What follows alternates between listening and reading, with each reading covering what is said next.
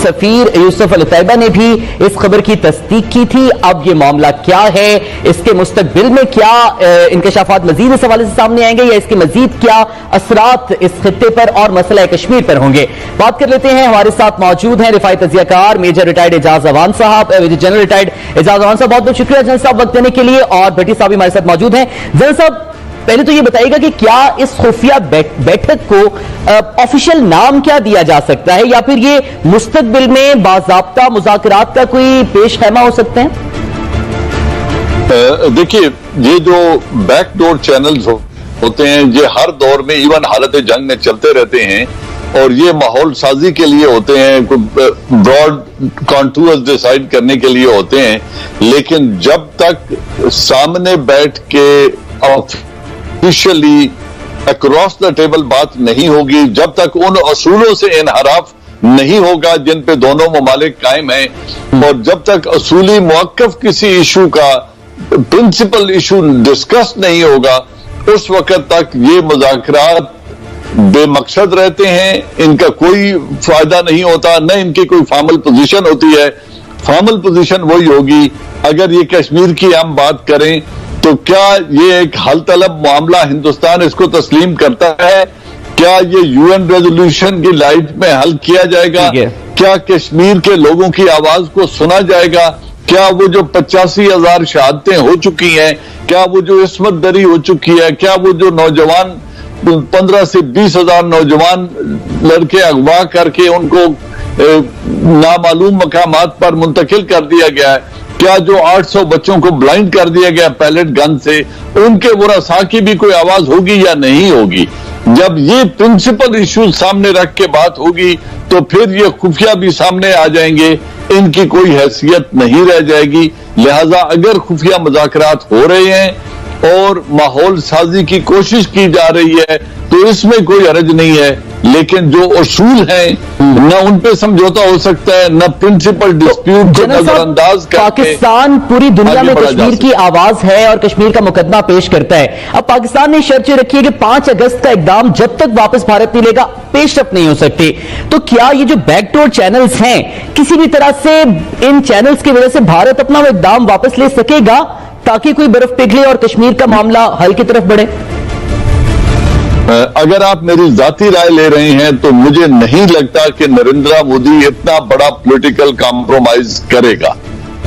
वो कभी इससे पीछे नहीं हटेगा, ये उसकी सियासी मौत होगी। अगर उसको पीछे हटाएगी तो कश्मीर में जो रेजिस्टेंस मूवमेंट है, जिस तरह आज 20 बरस के बाद तालिबान ने अमेरिका को अपने साथ बैठकर मुज़ाकरात करने पर प्रोग्राम एक बार फिर से अपनी बहस को आगे बढ़ाएंगे। भट्टी साहब, ये जो खबर जिसका हम जिक्र कर रहे हैं, बैक चैनल के जरिए जो बैठक हुई है पाकिस्तान और भारत की, अब हुकूमत पाकिस्तान और रियासत पाकिस्तान का वाज़ेह मौक़िफ़ है 5 अगस्त के इक़दाम को लेकर। तो ये जो खबर सामने आई है, इस पे आप क्या समझते हैं? गवर्नमेंट को अवाम को एतमाद में लेना चाहिए, अपने आर्गुमेंट को मजीद क्लियर करना चाहिए अवाम के सामने? तो के साथ हमेशा बैकडोर डिप्लोमेसी जारी रहती है और रहती है, जैसे अभी जनरल एजाज साहब ने कहा, हमेशा जारी रहनी चाहिए। लेकिन मैं बताऊं, जब तक पाक फौज है, पाकिस्तान हुकूमत अवाम है, मकबूजा कश्मीर के हल के बगैर इंडिया के साथ दोस्ती नहीं हो सकती। किसी भी कीमत पर डिप्लोमेसी रहनी चाहिए। मैं जानता हूं बैरूनी दबाव भी है पाकिस्तान पे बहुत ज्यादा है, लेकिन आर्मी चीफ वाज़ेह तौर पर कह चुके हैं, वज़ीर आज़म पाकिस्तान वाज़ेह तौर पर कह चुके हैं, और नरेंद्र मोदी जैसा शख्स किसी भी कीमत पर 5 अगस्त वाला फैसला वापस नहीं लेगा। और ना ही याद रख ले, पाक फौज भारत के साथ दोस्ती, अगर कोई, मुझे पता है बात सुपर पावरें चाहती हैं कि पाकिस्तान इसको किसा खत्म कर दे, लेकिन मकबूल हमने बचपन से, मैंने आपने देखा था कश्मीर बनेगा पाकिस्तान, कश्मीर हमारी शारग है, तो इसको ना फौज मानेगी ना हुकूमत मानेगी। इंटरनेशनल प्रेशर आते रहते हैं, पाकिस्तान अपने मफाद के लिए काम करेगा। और मैं नहीं मानता कि हुकूमत या फौज के कश्मीर इशू के बगैर भारत के साथ कोई दोस्ती का हाथ बढ़ाए। मेरी अपनी जितनी समझ है, भारत एक दरिंदा है, पाकिस्तान में 85,000 हमने शहादतें दी, ठीक है बेटी साहब, जनरल साहब से बात कर लेते हैं। जनरल साहब, रूस के वजीर खारजा ने अभी हालिया पाकिस्तान का दौरा किया, यकीन दहानी कराई, सपोर्ट की। दुबई भी पाकिस्तान का साथ दे रहा है कश्मीर कॉज में। अब जिस तरह से भट्टी साहब भी जिक्र कर रहे थे बैनुल-अक़वामी असर का, तो क्या पाकिस्तान की लॉबिंग ठीक समत में जा रही है भारत को भी प्रेशराइज करने के लिए कि वो 5 अगस्त का मकरू इक़दाम वापस ले और फिर मसला कश्मीर के हल की तरफ बढ़े? Cut and dry answer is कि ऐसा नहीं होगा, क्योंकि जो हिंदुस्तान के साथ जो ममालिक खड़े हैं वो भी बहुत ताकतवर हैं। और जब से ये वीटो पार की एक मैं कहूंगा बदकिस्मत कानून मौजूद है, उस वक्त तक यूनाइटेड नेशन सिक्योरिटी काउंसिल से कोई ऐसी रिलीफ पाकिस्तान को नहीं मिलेगी या कश्मीर को नहीं मिलेगी या इस इशू पर फोकस नहीं होगा जब तक 5 वीटो पार्स ना हो। तो 3 उसके साथ खड़ी हैं, अगर 2 आपके साथ खड़ी हो भी जाए, रशिया और चाइना, तो वीटो पार एक ही काफी होती है उसको जो मोशन होता है उसको टर्न डाउन करने के लिए। इस वक्त वेस्टर्न कंट्रीज बिलखुसूस अमेरिका हिंदुस्तान पर कोई ऐसा बोझ नहीं डालना चाहते, क्योंकि उन्होंने उसको इस्तेमाल करना है। ये हुआ क्यों है ये मैं बताना चाहता हूं कि देखें, कई दिनों से ये बातें हो रही थी कि पाकिस्तान, हमारे यहाँ कॉटन क्रॉप ठीक नहीं रहा है, बहुत कम पैदावार गिर गया है, तो हमें जरूरत पड़ेगी कॉटन की, तो हम हिंदुस्तान से मंगाएंगे।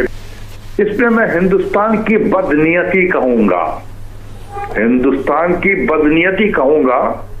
उसकी वजह यह है कि हिंदुस्तान में अभी आपने देखा कि एक फैसला किया, उनके लेफ्टिनेंट गवर्नर जो जम्मू एंड कश्मीर के हैं, उन्होंने हुक्म दे दिया। पहले तो उन्होंने एड्रेस किया तमाम सिविल सर्वेंट को जो लॉ एंड ऑर्डर को मेंटेन करते हैं, जिसमें deputy commissioner, district magistrate, police officer, इन तमाम लोगों को, कि जम्मू एंड कश्मीर में जितने भी अदारे हैं, इंस्टीट्यूशन, सरकारी इंस्टीट्यूशन है, वहां पर भारतीय झंडा लहराया जाए। और 15 दिन का उन्होंने नोटिस दे दिया कि 15 दिन में तमाम सरकारी दफ्तरों में हिंदुस्तान का झंडा लहराया जाए।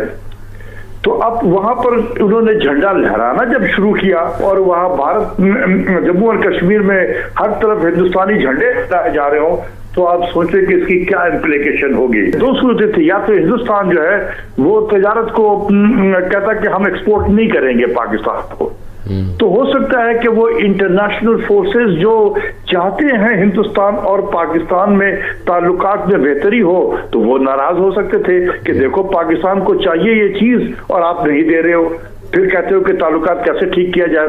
तो उन्होंने कहा कि लाठी भी ना टूटे और सांप भी मर जाए।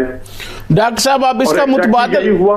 डॉक्टर साहब, अब इसका मुतबादल आप क्या देखते हैं? हमें मुतबादल हमारी हुकूमत को क्या करना चाहिए? चीनी कहाँ से मंगवानी चाहिए? मतलब ये कोई ऐसी चीज नहीं है कि मतलब सारी दुनिया पड़ी हुई है, जहां से हम माजी में मंगाते रहे, रॉ कॉटन इंपोर्ट करते हैं, हम वहां से कर लें। तो ये तो एक मुनाफकाना रवैया है। क्या हमने उस मुनाफकाना रवैये की रो में बहना है या उसमें से हमें उस कॉज के साथ खड़े होना है? याद रखिए, आपने बिल्कुल सही सवाल किया।